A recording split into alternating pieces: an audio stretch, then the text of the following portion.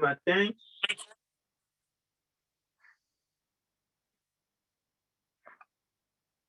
en accueillant aussi ceux qui sont avec nous à travers les réseaux sociaux. Voici quelques questions qu'il faudrait nous poser justement avant d'entrer en matière sur notre sujet.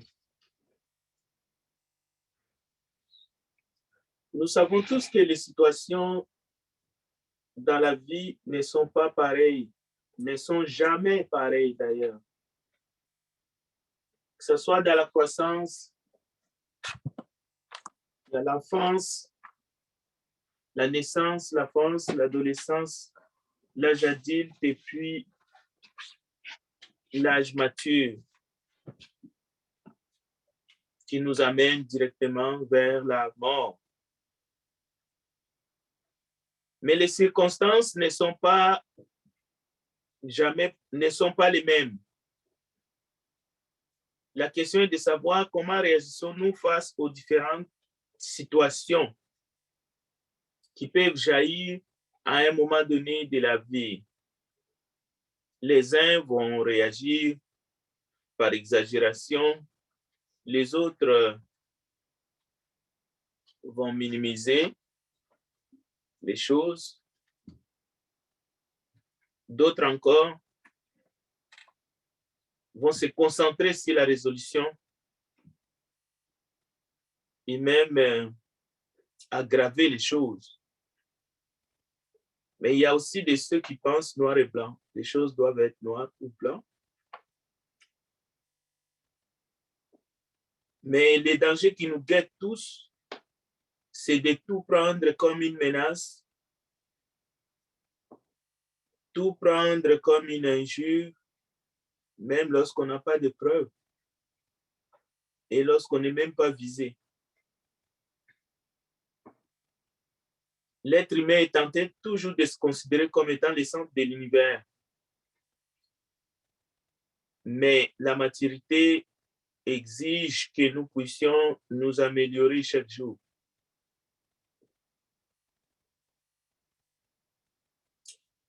Alors, quelles sont les raisons, selon les Écritures,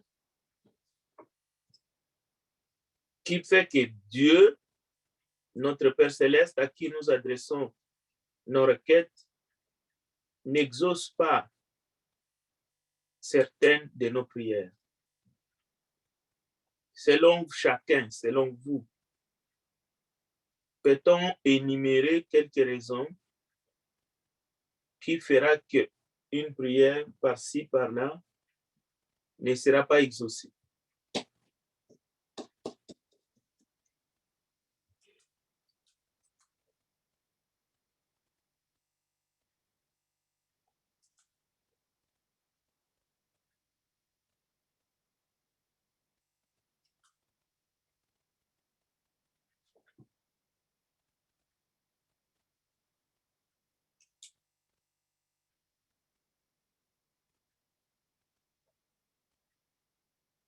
En attendant, quelqu'un peut chercher pour nous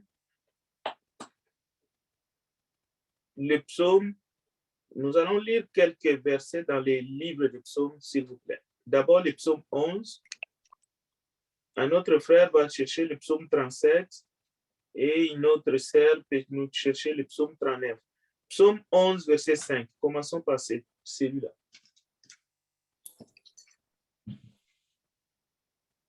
L'Éternel sonne les justes. Il est le méchant et celui qui se plaît à la violence.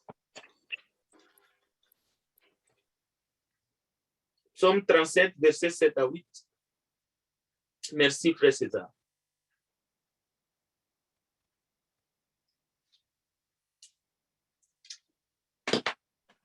Psaume 37, verset 7 à 8.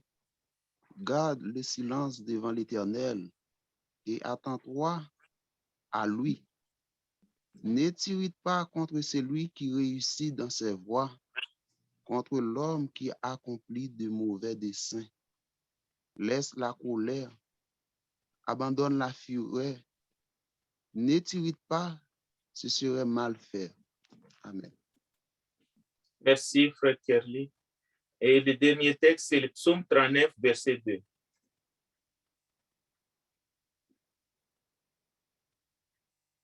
Je disais, je veillais sur mes voies de peu de péché par ma langue.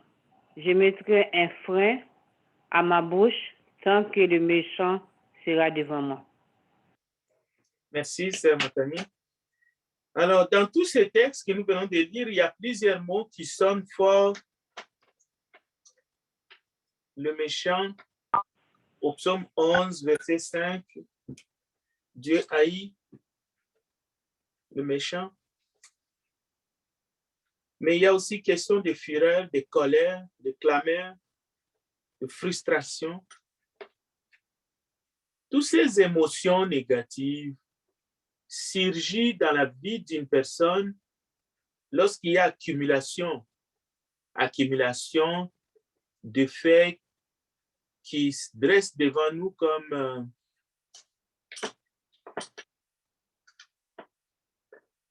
affront. Et lorsqu'on accumule ces genres de situations, de provocations, lorsqu'on est en face des personnes qui nous en veulent, ainsi de suite, nous pouvons accumuler justement ces sentiments, justement ces frustrations, la colère, même la vengeance. Et lorsqu'il y a accumulation, on peut réagir de manière soit violente ou disproportionnée. C'est pour cela à la question quelles sont des raisons selon les Écritures qui fera que Dieu n'exauce pas une prière. Je crois que la Bible en parle beaucoup et il y a beaucoup de thèmes bibliques là-dessus. Nous allons citer rapidement l'absence de l'humilité, nous dit la Bible, l'élévation du cœur, que nous appelons l'orgueil, fera qu'une prière ne sera pas exaucée, simplement parce que Dieu résiste aux orgueilleux. Et l'absence de l'humilité, c'est-à-dire que Dieu fait grâce aux humbles. Lorsque nous ne sommes pas humbles, notre prière risque de ne pas être exaucée non plus. Troisième, le manque de pardon aussi. Nous avons vu dernièrement dans la méditation et dans les exhortations que lorsqu'il y a absence ou refus de pardonner, mais on peut ajouter sur notre liste aussi le refus de se repentir. Si quelqu'un refuse de se repentir, ce n'est pas seulement que sa prière ne sera pas exaucée, mais aussi il est en face de la mort. Parce que l'appel de Dieu, c'est « repentez-vous ». Pourquoi mourriez-vous, peuple de l'Éternel? Mais il y a aussi les prières sous forme de vengeance. On peut prier tant qu'on veut, mais si c'est pour demander que le mal, que Dieu fasse du mal à celui qui nous a provoqué, ça s'appelle la prière de vengeance pour se venger. Bien qu'il y a des exemples dans les psaumes où que ce soit David ou un autre demande à Dieu de détruire ses ennemis, ces genres de prières, Jésus nous l'interdit et je ne crois pas qu'il exaucerait une telle prière, bien qu'il dit lui-même c'est à lui la vengeance, mais il ne nous incite pas à les demander ni à l'exiger. Et on peut continuer. Voilà un peu quelques exemples qui fera qu'une prière ne sera pas exaucée, mais il y a aussi des versets comme Dieu n'exauce pas les pécheurs. Cela aussi rentre en ligne de compte dans le contexte de la repentance, le refus de se repentir. Mais un pécheur qui est conscient, qui reconnaît ses fautes, comme les publicains, justement, qui lui ne s'est pas enorgueilli comme le pharisien, il est monté, il a prié, Dieu a écouté sa prière et la Bible confirme qu'il a été exaucé. C'est vraiment le refus de se repentir et non l'état seulement du pécheur. Quelqu'un qui reconnaît son état et crie à Dieu, demande pardon dans la prière et se repent, Dieu l'exaucera sûrement parce que nous avions tous été pécheurs, nous étions morts quant à nos péchés et Dieu nous a fait grâce, nous avons répondu pour ceux qui ont déjà répondu favorablement et nous avons reçu grâce sur grâce. Dieu nous a fait miséricorde. Alors, face à l'accumulation des sentiments, au lieu que cela des sentiments négatifs, au lieu que toujours cela produise des frustrations, de la colère, comme nous venons de voir, qui peut nous conduire même au non-exaucement de nos prières, au lieu de répondre par la violence, il est toujours conseillé de bien analyser ce qui se passe, c'est-à-dire de prendre du temps pour mieux réagir. Les réactions automatiques ou des réactions sous l'effet de la colère ne seront pas constructives. Et aussi, il y a les dialogues. Au lieu de laisser que les choses négatives ou l'incompréhension règnent, que ce soit entre deux personnes, que ce soit dans la famille, dans la société, que ce soit dans les milieux professionnels, c'est toujours mieux de dialoguer ou de se parler, mais de manière constructive. Et aussi de garder notre sang-froid, de se maîtriser, de toujours nous référer dans la parole pour essayer d'agir, pas de manière insensée, mais plutôt de manière sensée. Alors, notre étude a pour thème l'humilité. De plus en plus de chrétiens et non-chrétiens pensent qu'on est libre de choisir d'être humble ou pas humble. De la même façon, on peut dire de plus en plus de gens dans notre monde, et c'est un constat. C'est vrai que ça ne date pas d'hier. On peut trouver même dans l'Antiquité des gens qui pensaient comme ça, qu'on est libre de se soumettre ou pas. Peu importe les exemples des personnes sensées, les exemples que nous avons dans la parole de Dieu, des hommes et des femmes qui se sont comportés d'une manière digne, c'est-à-dire humble, qui ont été soumis, pas seulement aux hommes, mais aussi à Dieu. On peut citer Marie, celle qui a porté par la puissance du Saint-Esprit notre Seigneur, mais bien d'autres aussi. Tout comme on peut citer des exemples de personnes qui avaient justement un air hautain ou l'élévation du cœur, orgueilleux. Mais parlons-en. Le Christ nous a montré un exemple d'abaissement volontaire, de soumission, un exemple d'humilité, de compassion, mais il a résisté contre toute forme de provocation. Il a mené une vie exemplaire et nous avons le Nouveau Testament, mais dans l'Ancien Testament, les prophètes ont parlé de lui et ils nous demandent de l'imiter, d'imiter sa vie et d'avoir même les pensées qui étaient en lui.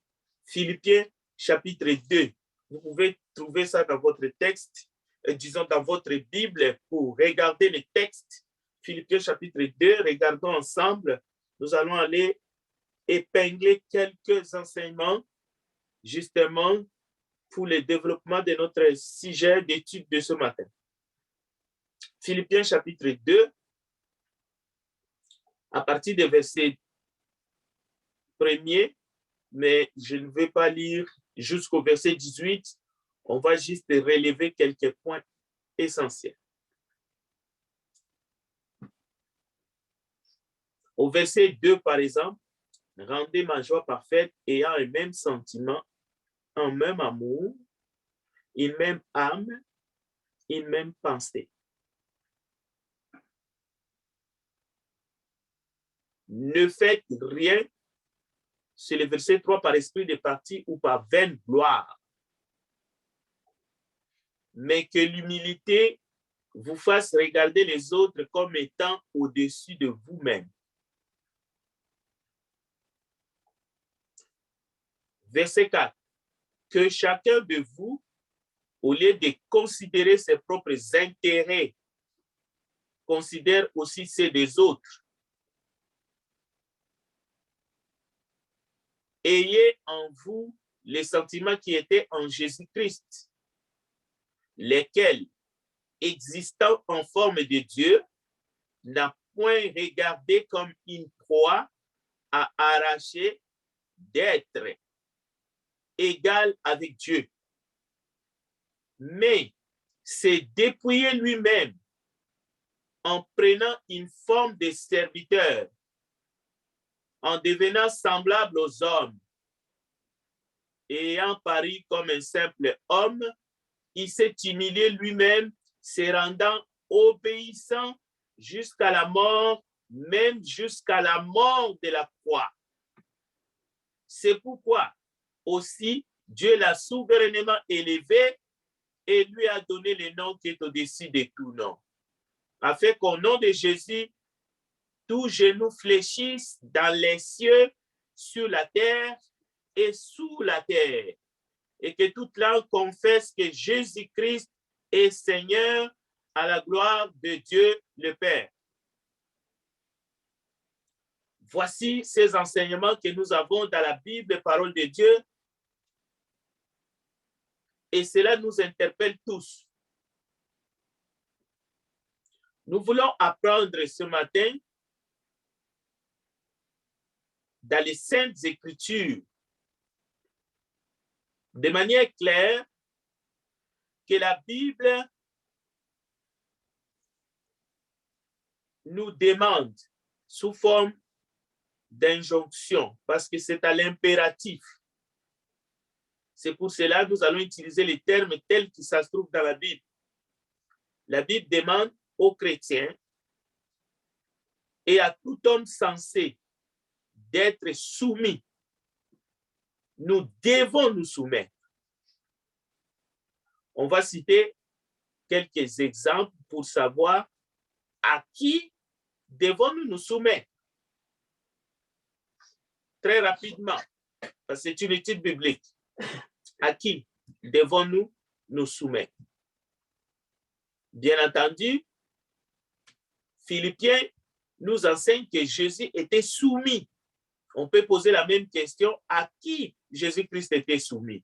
Philippiens chapitre 2, versets 2 à 18, répond à cette question de manière incontestable. Il n'était pas soumis seulement au Père. Oui, il a été soumis au Père céleste, à son Père, qui lui a confié une mission et qu'il est venu exister, qu'il est venu exécuter, mais de manière, pas pour se plaire à lui-même, mais pour plaire à celui qui l'a envoyé. Donc, le Christ était soumis à son Père, mais il a été aussi soumis à ses parents. Il a été soumis aux autorités. Il a été soumis. La parole dit qu'il s'est abaissé. Il a paru comme un simple homme, alors qu'il était égal à Dieu. Donc, Philippiens répond, on n'a pas besoin de faire des commentaires là-dessus. Et nous sommes des chrétiens. Nous disons que nous portons son nom. C'est ça que ça veut dire être chrétien. Nous sommes ses disciples. Il est notre maître. Maintenant, à qui devons-nous nous soumettre selon les Saintes Écritures? Bien entendu, nous devons nous soumettre au Christ, notre Seigneur, notre Sauveur, parce qu'il est notre Rédempteur. Ce n'est pas seulement à cause de cela. Nous devons obéissance et soumission à Dieu, et il fait partie de la divinité. Mais ce n'est pas tout.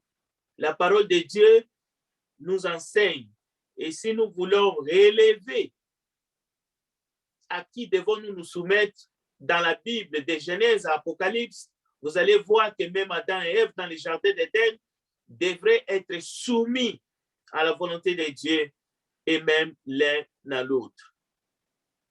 Donc, nous devons, à part de la divinité ou en plus de la divinité, nous devons être soumis aux autorités. Romains chapitre 13. Nous devons être soumis, quand on dit aux autorités, c'est-à-dire à toute personne qui est élevée en dignité. Et souvent, ces personnes qui sont élevées en dignité, ce sont nos élus. Parce que il est dit que le pouvoir vient du peuple. Ce sont des personnes que nous choisissons pour nous représenter. Et ils sont investis d'autorité et nous leur devons la soumission selon les Écritures, pas parce qu'ils nous les demandent. C'est Dieu qui nous le demande. C'est les Écritures qui nous ordonnent.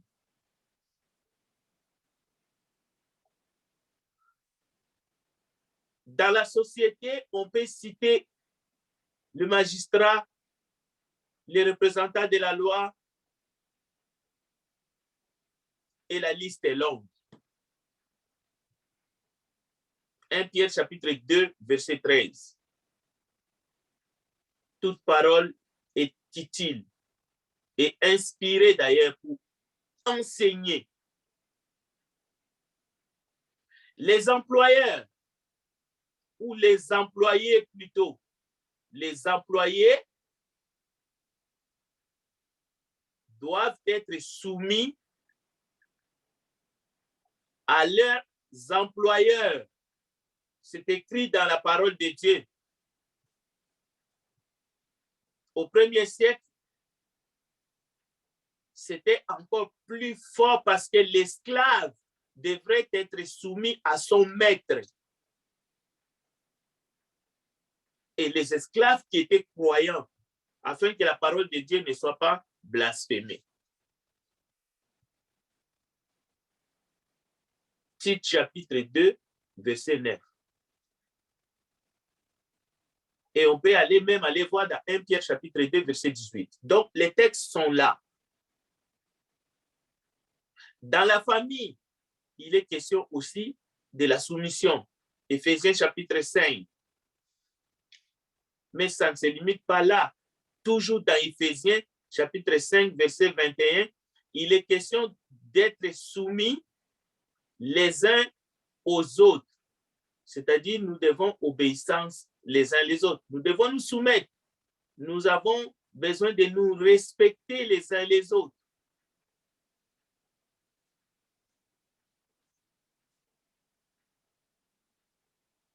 Dans l'Église, parce que c'est la famille de Dieu, les jeunes doivent être soumis aux anciens, mais nous devons aussi être soumis les uns les autres.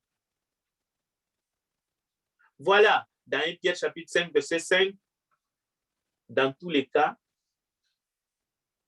l'Église, comme corps du Christ, doit la soumission et l'obéissance à Christ, qui est le chef et la tête de l'Église. Éphésiens chapitre 5, verset 24. Alors, on peut continuer comme ça toute la matinée, mais la question, c'est que dans notre société, ou dans les temps que nous sommes, dans cette époque, il semble que les prophéties, les Écritures sont en train de s'accomplir les unes après les autres. Parce qu'il est dit dans 1 Timothée chapitre 4 et même chapitre 2, que vers la fin, il y aura des temps difficiles. Les gens seront rebelles. Maintenant, il ne s'agit pas d'aller regarder cette rébellion loin de nous. On parle des rebelles seulement lorsqu'un pays est envahi par un autre, ou on parle des rebelles lorsque les armes crépitent. Mais la rébellion est dans le cœur. Nous sommes arrivés à une époque où la rébellion est partout. La rébellion se manifeste. Mais il y a des exemples que nous aimerions citer de la soumission par la force. Parce qu'on peut être soumis par la force. Ce n'est pas ce qui est conseillé entre les humains. Mais dans Romains chapitre 8, verset 20, j'aimerais qu'un frère ou une sœur nous lit le texte, Romains 8, verset 20.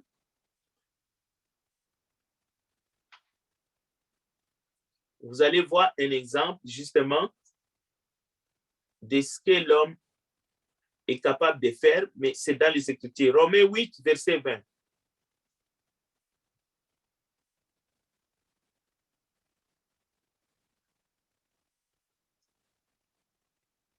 Car la création a été soumise à la vanité, non de son gré, mais à cause de celui qui l'a soumise.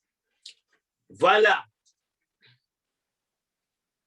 La création tout entière a été soumise à la vanité, mais pas de son propre gré, à cause de celui qui l'a soumis. J'aimerais juste, pour compléter notre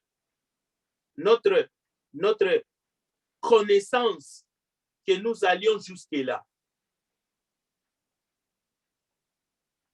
Parce que l'idée, je suis libre, j'ai la liberté d'être humble ou non, j'ai la liberté d'être soumis ou non, ce serait mieux qu'on complète cette connaissance avec ces exemples-là.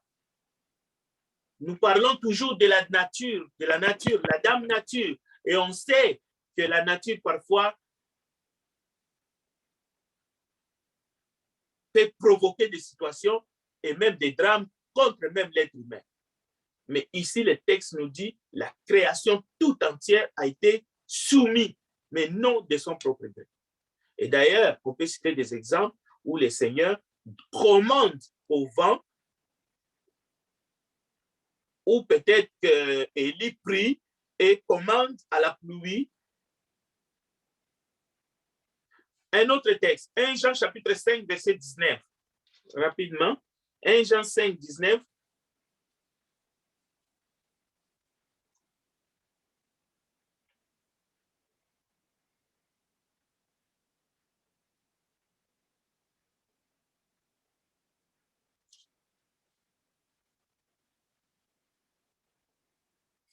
Si vous avez trouvé, allez-y. Nous savons que nous sommes des dieux et que le monde entier est au pouvoir du malin. Amen. Le monde entier est au pouvoir du malin. Il s'agit ici d'un monde sans Dieu. Et d'ailleurs, le prochain verset va contrebalancer. Justement, c'est Luc chapitre 10, verset 17 à 20. On ne va pas aller les lire, je vais les citer.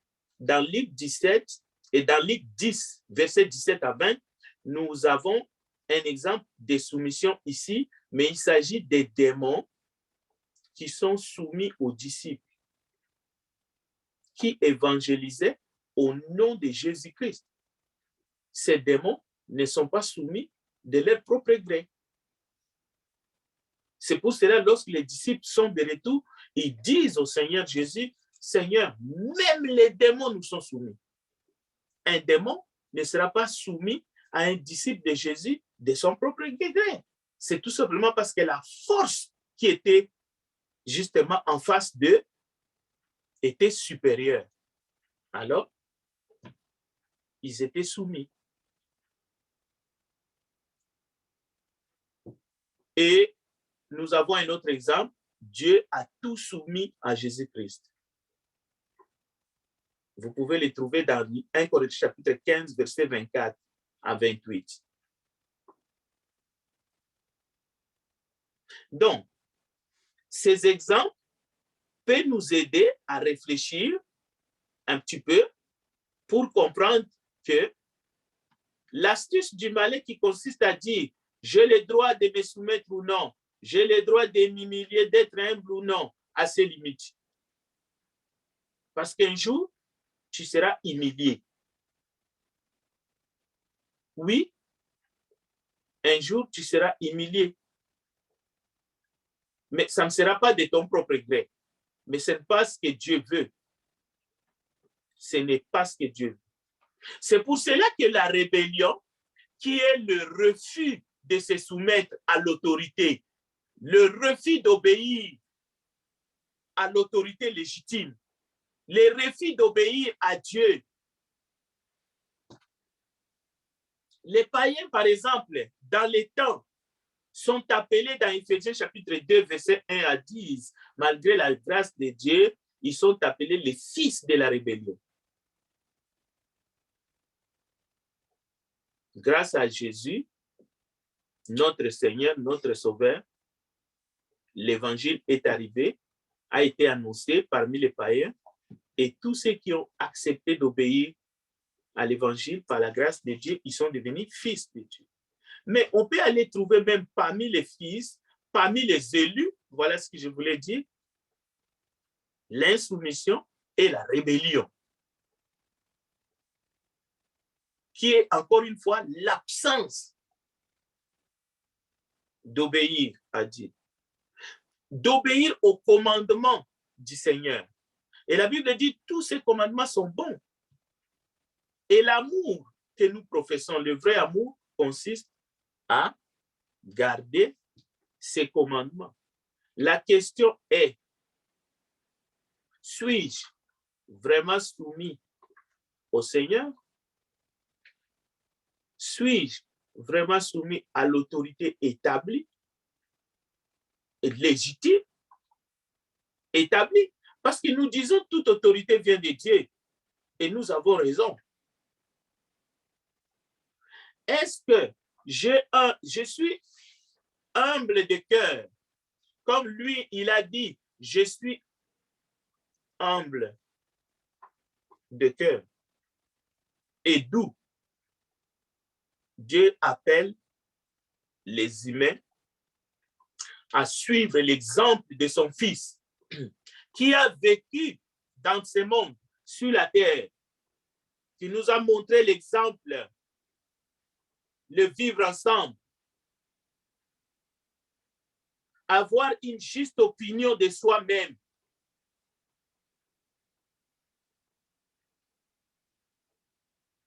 travailler et vivre dans le contentement. Travailler, oui, mais et vivre dans le contentement. Jésus, plusieurs fois, il a attiré l'attention de ses disciples vers les petits-enfants.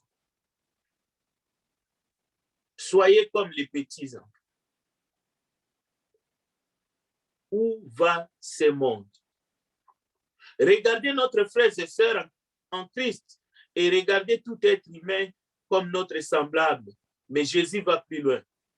Regardez notre frère et sœur comme étant plus importants que nous-mêmes. Les savons-nous? Ou l'avons-nous oublié? Sommes-nous de ceux qui admirent la force brute, l'exhibition ou les exhibitionnistes de la force de la rébellion? Que Dieu nous aide, qu'il bénisse sa parole. J'aimerais Je retourne la parole de Dieu à notre frère bien-aimé, Jérémie Dorsan, s'il y a des questions ou des commentaires. Que Dieu vous bénisse.